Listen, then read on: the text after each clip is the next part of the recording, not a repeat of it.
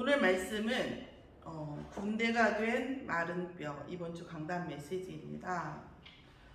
군대가 된 마른 뼈에 대한 하나님께서 말씀을 주셨어요. 이번 주 강단 메시지가 강단 메시지가 항상 현장에 성취되어지는데 이번 주 같이 또 많은 현장을 보게 하시고 우리 밖에 있는 현장을 보게 하시고 우리 안에 있는 현장을 보게 하시고 그런 주도 별로 없는 것 같습니다. 오늘 말씀을 다시 읽어보니까 여러분과 함께 읽으면서 이 말씀이 특히 제게 오네요. 이 뼈들이 인자야 이 뼈들은 이스라엘 온 족속이라. 이스라엘 온 족속이 이 뼈들이었죠. 뼈들은 세상 사람 모든 사람들이 이렇게 마른 뼈들과 같았죠. 그들이 높은 자리에 있든 돈이 많든 또 어떤 권위를 가지고 있든 또 혹은 어느 인격으로 혹은 신앙으로 어떤 부분에 있을지라도 그들의 어떤 그 내면, 본질은 마른 뼈였던 것이죠. 그래서 우리가 하나님께 기도하는 거고, 우리가 복음을 누리지 못하면 우리조차도 급속도로, 아주 빠른 속도로 이렇게 말라가고, 또 이렇게 말라가고, 이렇게 되는 거죠. 근데 우리는 모르는 거죠. 밥을 먹고 물을 마시고 사람들하고 이야기를 하고 보이는 삶에 별 문제가 없으니까 하나님과 내가 그리스도로 직통하지 않는 그 순간 하나님의 이 삼 하나님의 성삼위 하나님의 보좌의 축복이 우리에게 수혈되지 않으면 우리가 급속도로 말라가는 것을 우리는 모르는 거죠. 누가 압니까? 가장 먼저 원수가 압니다. 사단이 알고 또 육신적인 원수가 알고 또 가까이 사는 사람이 알고 어떤 유명한 연주자가 그러더라고요. 유명한 말이에요. 어떤 예술계에는 유명한 말인데 하루를 안 하면 내가 알고 하루 연습을 안 하면 이틀 연습을 안 하면 내 주위 사람들이 알고 3일 연습을 안 하면 청중이 안 돼요. 근데 우리는 먹고 마시고 돈 벌고 또 우리쯤 되면 우리가 하는 일에 대한 권위가 있잖아요. 또 그러니까 별 문제가 없나? 그런 생각도 들고 그래서 우리가 우리 안에 본질이 이렇게 급속도로 말라간다는 사실을 모른다는 거죠. 못 느낀다는 거죠. 또 특히 젊은 친구들은 젊어서 어린 친구들은 어려서 나이 드신 분들은 또 나이 드신 경험과 권위와 자기 어떤 삶의 그런 것들을 통해서 우리가 이 말라가고 있는 우리 자신을 외면하고 몰라보고 가는 거죠. 기라성 같은 문제가 오고 죽음의 문제가 오고 삶을 영위할 수 없을 만큼의 어떤 급속도에 그러니까 이제 이 목사님 얘기하시듯이 암이 걸려도 암이 하루아침에 걸리는 게 아니잖아요. 저도 사실은 복음 안에서 있으니까 그렇지 암이 적어도 3번은 지나갔거든요. 의사가 인정하는 정도로. 의사가 인정하는. 지금도 사실은 작년에 성가를로에서 건강검진 했는데 안 좋다고 한 데가 있어요. 그러니까 지나가고 있죠. 그러니까 암도 있고 그런 어떤 문제들이 오면 우리는 그때서 알아요. 내가 말말랐구나. 내가 죽음이 왔구나. 경제적인 죽음이 왔구나. 이렇게. 그렇지 않으면 못 느끼는 거죠. 뭐 다른 사람도 그렇겠지만 저도 그렇게 살고 있지 않는가 하는 생각도 들고 그랬습니다. 우리 안에 그리스도가 주인이라는 것이 어떤 상태일까요? 저는 원래는 제가 그러니까 우리 그 형제들이 각 파트에 이렇게 약간 한 부분이 있어요. 약간 그 전체 천재는 아닌데 약간 도드라진 부분이 있어요. 근데 이제 저는 어느 쪽이었냐면 원래 그러니까 그때 얘기했지만 저는 좀 철학, 언어 이쪽이었었어요. 그래서 공부를 열심히 안 해도 뭐 전국에서 몇 등 안에 든다고 했는데 그거는 공부는 거의 없어요. 그러니까 국어 선생님들이 중학교 때부터 국어 선생님들이 그리고 고등학교 때 국어 선생님이 유학을 준비하는 천원 선생님 있었는데 저를 데려간다고 했었어요. 독일 유학에. 비교 문학 하자고. 근데 이제 그분은 저가 워낙에 밝으니까 워낙에 시끄럽고 막 워낙에 막 저는 뭐 그 학교 폭력 이런 것이 어떤 건지 잘 몰라요. 그러니까 내가 시끄럽게 막 다니고 막 하니까 누가 눈치를 주는지 싸우자고는 안 하니까. 근데 뭐 그런 거는 없었어요. 저는 학교 폭력 이런 거를 모르겠어요. 근데 이제 워낙에 시끄럽고 워낙에 막 다니니까 이제 꿈에도 몰랐겠지. 그러니까 저희 가정 환경을. 그러니까 같이 유학 데려가려고 했었는데 어쨌든 간에 이제 계속 별거를 하시다가 고3 때 이제 이혼 서류가 돼서 그런 상황이어서 제가 못 따라갔죠. 무슨 말씀을 드리려고 하냐면 저도 철학책을 막 고도의 전문 철학책은 아니어도 어린 철학책을 알고도 있고 모르고 있고 막 이런 부분도 관심이 많아가지고 그랬었다고요.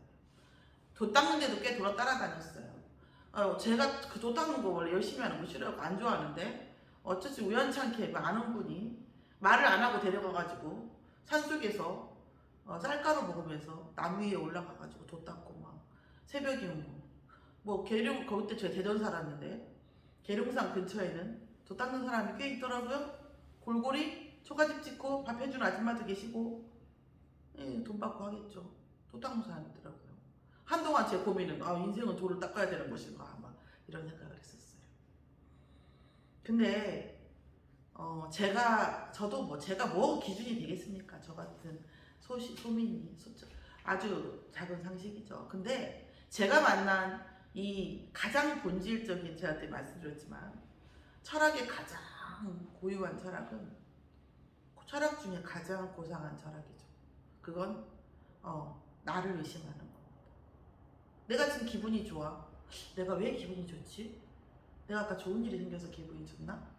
나는 그런 일을 만나면 내가 기분이 좋아하는구나.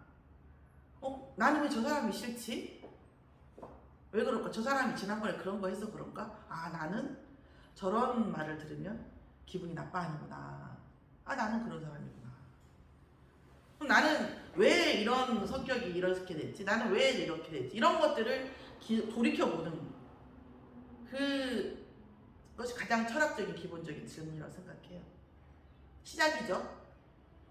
근데 저입니다. 그냥 제 석견으로 봤을 때는 우리가 살아가는데 본질적이고 가장 완전하면서 가장 철학의 완성이라고 한다면 내 안에 그리스도가 주인 되어지는 거죠.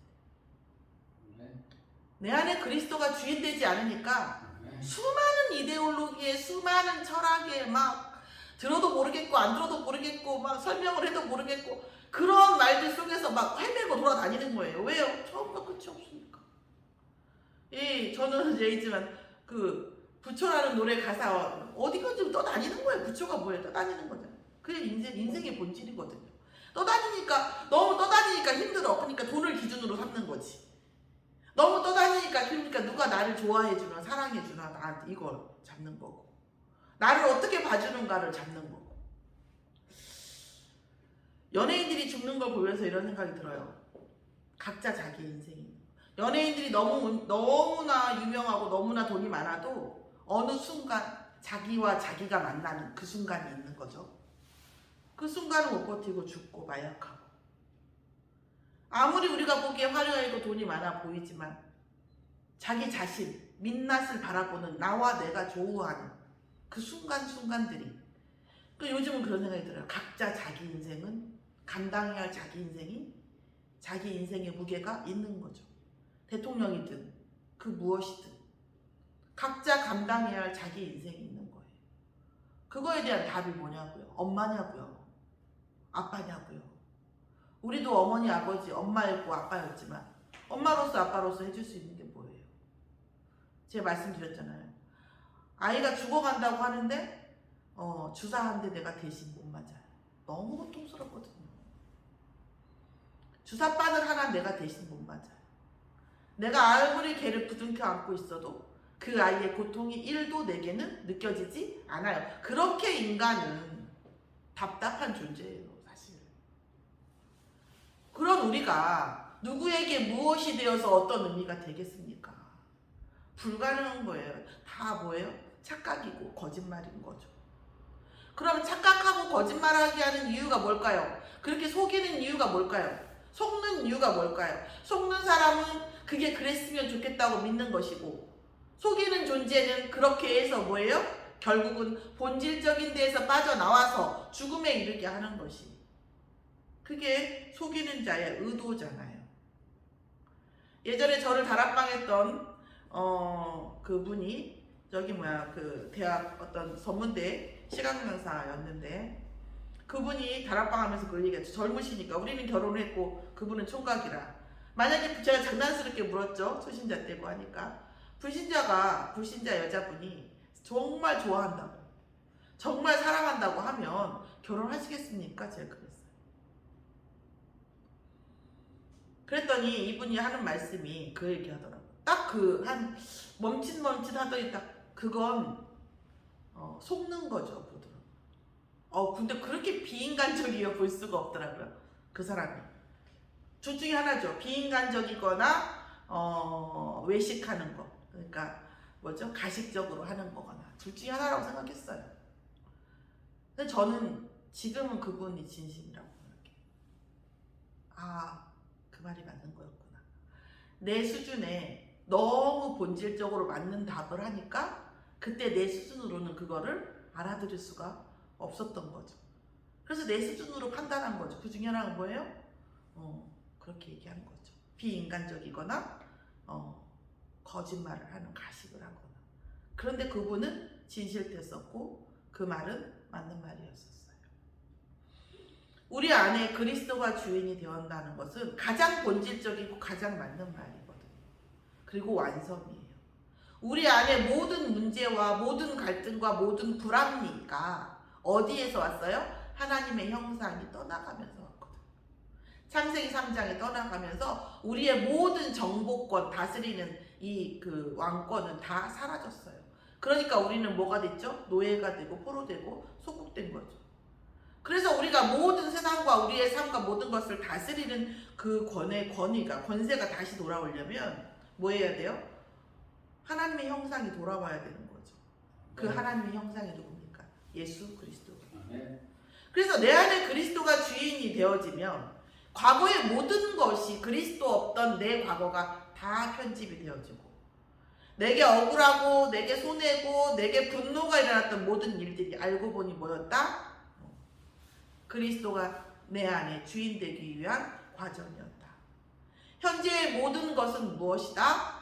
내 안에 그리스도가 통해서 내 응답의 현장으로 가는 그 과정인 거죠. 물론 목사님은 그래서 현재가 다 보입니까? 보이는 것도 있고 안 보이는 것도 있고, 봤는데 못 본 척 하는 것도 있고 그렇겠죠. 그런데 이건 있습니다. 현재의 모든 것은 하나님이 예비하신 것이다. 현재의 모든 것은 그 어떤 것일지라도 하나님께서 응답하실 것이다. 왜? 과거의 모든 것 중에 하나도 응답하시지 않은 것이 없었기 때문에. 그런데 이 현재에서 저희가 가끔, 여러분도 그렇겠지만 외로운 것은, 저도 그렇고 누군가를 외롭게 하겠죠. 근데 진짜 외로운 건 뭐냐면, 그런 것들을 못 보는 99.9%의 사람들과 내가 0.1%가 살아야 된다라는 거죠. 약간 그 오바이트에 얘기하면 약간 인간계에서 살아가는 어떤 그 하나님의 사람들의 그런 거예요. 색깔 같은 거죠. 그래서 우리는 이 모든 것의 의미를 알기는 하지만 또 현재에서 우리가 일어나는 그런 평가, 그런 말들, 사람의 소리를 사실은 다분히 배제해야 될 때가 많은 거죠. 그 사람의 말 한마디 한마디를 다 우리가 의미를 둘 필요는 없어요. 이 세상의 모든 것의 의미라고 두는 이 의미는 뭐냐면 하나님이 내게 주시는 의미예요. 하나님이 내게 주시는 의미만을 우리가 붙잡고 가는 것이죠. 그리스도가 주인이라.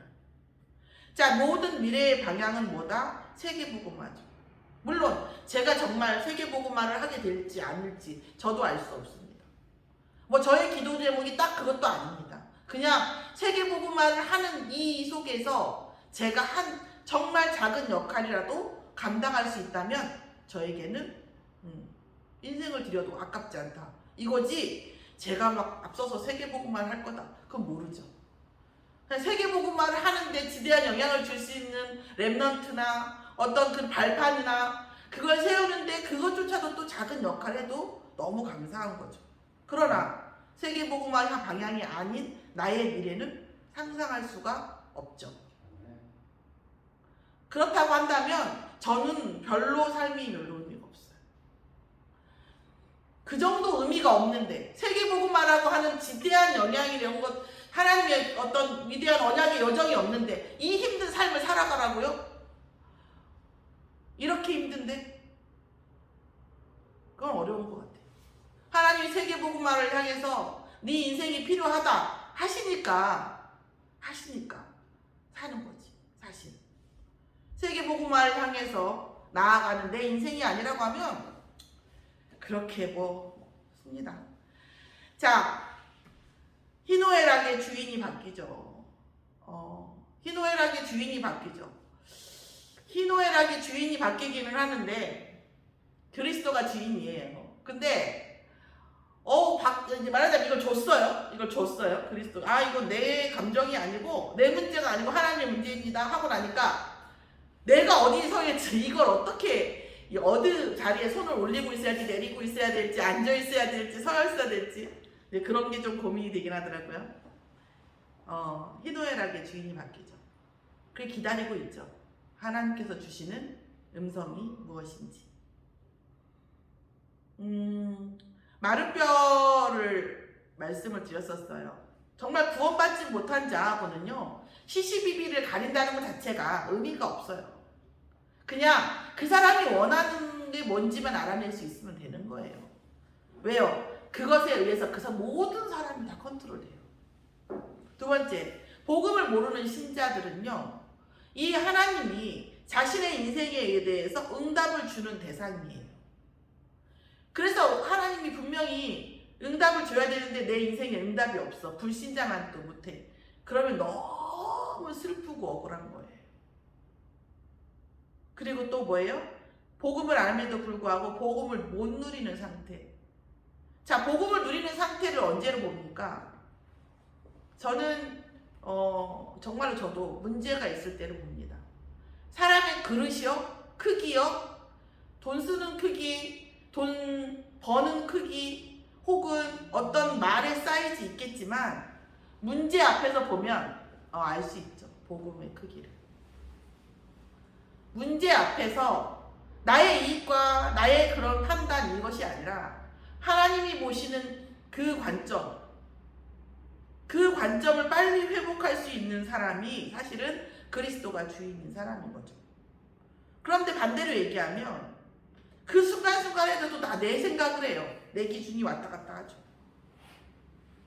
진짜 우리가 매 순간순간 그리스도가 주인 되어져야 되는 응답 속에 있었기를, 저와 여러분이 정말 마른 뼈가 되지 않도록 응답받는 주인공이 되어지기를 예수의 이름으로 축원합니다. 네. 솔직히 말씀드려서 이것도 있는 것 같아요. 우리 아내도 그렇습니다. 우리 아내도 저는 요즘 들어서 모든 문제들을 보면서 저는 하나님께서 분명히 하실 거라고 믿거든요. 하나님의 모든 주권을 믿는데 많은 분들이 이 복음 안에서 진짜 응답의 맛을 못 봤구나 이런 생각이 들긴 하더라고요. 오늘 하루 종일. 그런 분들도 마른 뼈 상태겠지. 진짜 그리스도 안에서 예수가 그리스도면 살아계신 하나님의 아들이심이라는 것을 통해서 얼마나 하나님이 나 자신의 사이즈를 키우고 하나님이 내 인생 통해서 하나님 하시는 일들이 있는지를 못 본 사람들이 생각보다 많을 수 있겠더라고요. 제가 이해가 안 되는 많은 사람들이 오늘은 그런 생각이 들었어. 아, 복음에 이런 증거를 못 봤네. 이런 생각이 들더라고요, 갑자기. 아, 진짜 이 복음이 얼마나 하나님께서 모든 것을 허락하시는 응답 속에 있는 건지를 못 본 것 같아요. 그러니까 이렇게 상황이 되지. 이런 생각이 들어요. 그분들도 마른 뼈 상태겠죠. 그런데 오늘 에스겔서 뭐라고 했냐면 이 마른 뼈가 살아나겠느냐라고 물어봤을 때 에스겔은 자신의 판단대로 하는 것이 아니라 주께서 아시나이다 했습니다. 이 문제도 주께서 아시겠죠. 우리 안에 있는 문제, 교회의 문제, 또 교회 밖의 모든 문제들을 주께서 아십니다. 내 자녀의 문제, 내 자녀의 상태 주께서 아십니다. 그런데 이 주께서 아시는 것에 우리 모든 것이 결여되고 나와 내 가정, 내 부부, 또 우리의 경제 주께서 아십니다. 그러면 우리 아들이 뭘 공부를 한다고 막 그래요. 제가 공부한다는 말을 옛날에 참 좋아했거든요. 공부를 한다고 막 얘기를 해요. 특히 내가 이해되지 않는 상황 속에 올 때마다 예를 들어서 유주를 보러 자주 안 온다거나 어떤 여러 가지 공부한다고 얘기를 해요. 근데 지금은 제가 그래 싫다고 얘기는 안 하지만 그렇게 얘기해요. 왜요? 한다는 말도 그렇지만 한다 한들 어차피 영적 그래프 이상을 갈 수 없어요. 얘가 뭔가 사업을 하겠다 한들 나는 말렸겠죠. 왜? 어차피 영적 그래프 이상 못 가요. 제한점이 있어요. 우리는. 왜 우리는 그 생각을 못하죠? 어차피 우리가 그리스도가 주인 되는 만큼 운명이 바뀌는 거고 운명이 바뀌지 않은 상태에서의 결과점은 지금까지가 기회예요. 지금까지 이렇게 온 것이 복음 없는 내 상태의 맥시멈 최대치라고요. 그런데 왜 이제 다시 바뀌면 안 그럴 거라고 생각하죠? 영적 운명이 내 영적 모든 그리스도가 주인 되어지면서 세상이 다 다르게 보이고 검은 게 하얗게 보이고 하얀 게 검은 게 보일 정도로 세상이 깊이 보이고 넓게 보이고 흐름이 보여야 뭘 하든 공부를 하든 사업을 하면 될 거란 말이에요. 근데 왜 될 거라고 생각하는지 모르겠어요.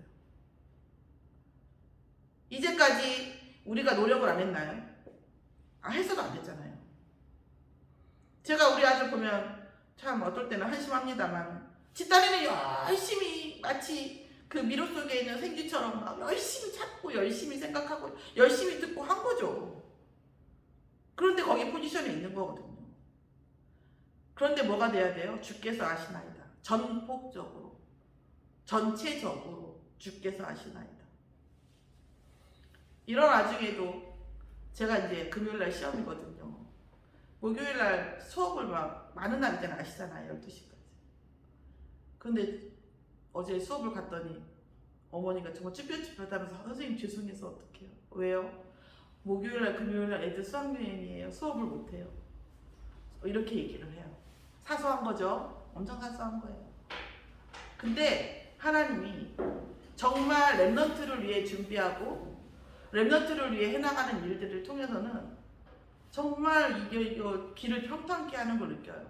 그러면서 저는 이걸 내가 응답 이게 아니라 하나님이 아직 나를 혹은 하나님이 분명히 미래에 나를 쓰시겠구나. 쓰실 일이 있으니까 이렇게 하시지. 이걸 보는 거죠. 힌트를 얻는 거죠. 응답이다. 그게 응답입니까? 수업하면 하는 대로 시험 보고 안 하면 안 하는 대로 시험 봐도 되죠. 그런데 하나님이 제게 하시는 일들을 통해서 제가 눈치를 채는 거죠. 뭐예요? 주께서 아시는 거죠. 내 인생. 우리가 주께서 내 인생과 내 자녀와 모든 것을 아신다는 것에 대한 것이 결국 문제의 끝인 거죠. 이것도 뭐예요? 모든 문제는 주께서 아십니다. 그리고 이 주께서 안 아시나이다라는 이 고백이 에스겔의 은혜의 상태예요. 주께서 아시나이다. 하나님께서 아시고 하나님께서 전적으로 모든 문제를 해결하시죠. 하나님께서 우리가 사단의 선택을 했지만, 아담이 사단의 선택을 했지만 그 문제를 누가 해결하셨어요? 예수께서 하나님께서 해결하셨죠. 그 그리스도를 예비하심으로, 여자의 후손을 예비하심으로 해결하셨고, 그 문제를 붙잡는 마다, 그 복음을 붙잡는 사람마다 다 구원하셨고, 실제로 말씀대로 예수님이 오셨고, 모든 것을 누가 하셨어요? 주께서 아시고 계시고 주께서 하실 거라는 거죠. 이것이 또한 뭡니까? 모든 응답의 시작인데, 이건 뭐예요? 전폭적인 응답의 시작입니다. 세 번째, 그러면서 뭐라고 하냐면 대언하라고 하십니다. 우리에게 말하라고 하셔요. 하나님의 말을 대언하라고 얘기하십니다. 하나님의 말, 하나님의 말씀, 하나님의 의도, 하나님이 하실 일에 대해서 대언하라고 하십니다. 그러면서 뭐라고 해요? 하나님께서 살아나라고 했을 때 살리겠다고 해서 살아났지만, 또 하나 뭐예요? 생기가 없었어요. 생기는 뭡니까? 생기는 성령의 역사죠. 하나님의 생기, 하나님의 영이 들어가니까 비로소 살아있는 생명을 얻은 거죠. 힘줄과 살과 가죽으로는 생명이 있는 게 아니에요.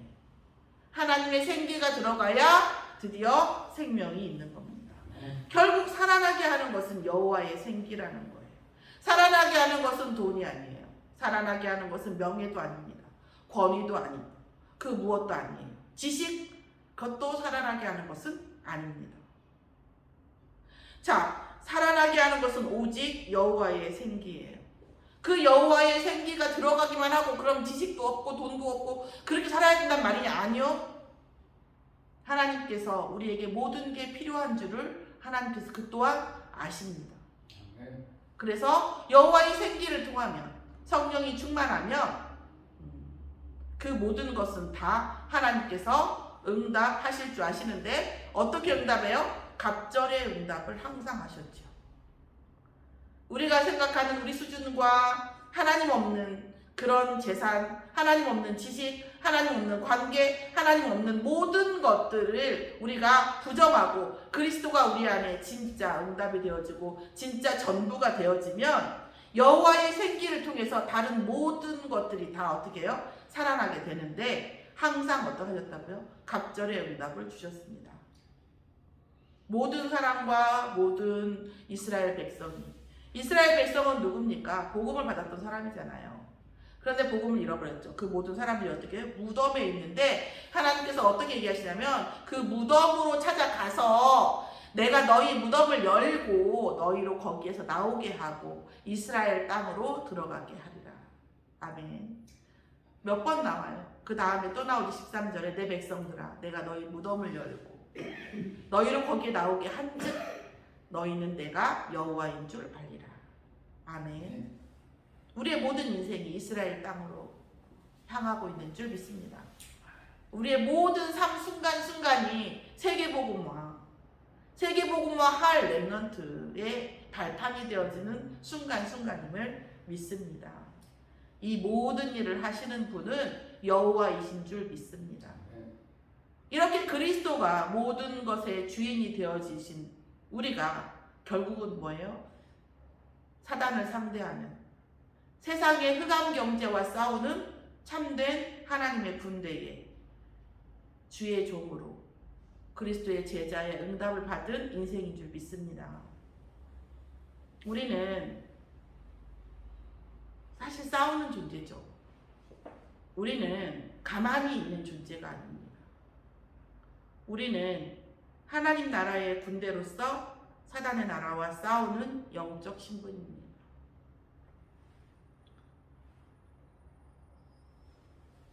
여호와의 생기로 일어난 모든 마른 뼈들이 극히 큰 군대더라 하셨습니다.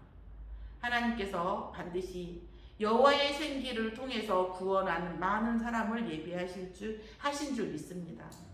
그들이 우리와 함께 큰 군대가 되어져서 복음 없는 무덤 속에 있는 자 같은 마른 뼈들과 같이 삐걱거리고 서걱거리고 죽었는데도 죽은 줄 모르는 그런 많은 사람들에게 하나님이 살아계시며 예수가 그리스도이심으로 우리의 모든 인생을 다시 살리시고 우리의 모든 왕권을, 제사장권을, 선지자권을 통해서 세상에 세계복음화하게 하실 줄, 예수 그리스도의 재림의 날까지 복음의 바톤이 절대 끊어지지 않는 이 순천지역, 우리의 후대, 또 237 5천 종족을 향해 복음을 알리고 또 후대를 세우는, 제자를 세우는 시스템을 갖출 교회로 하나님께서 반드시 이스라엘 땅으로 가게 하실 교회로 응답하실 줄 믿습니다.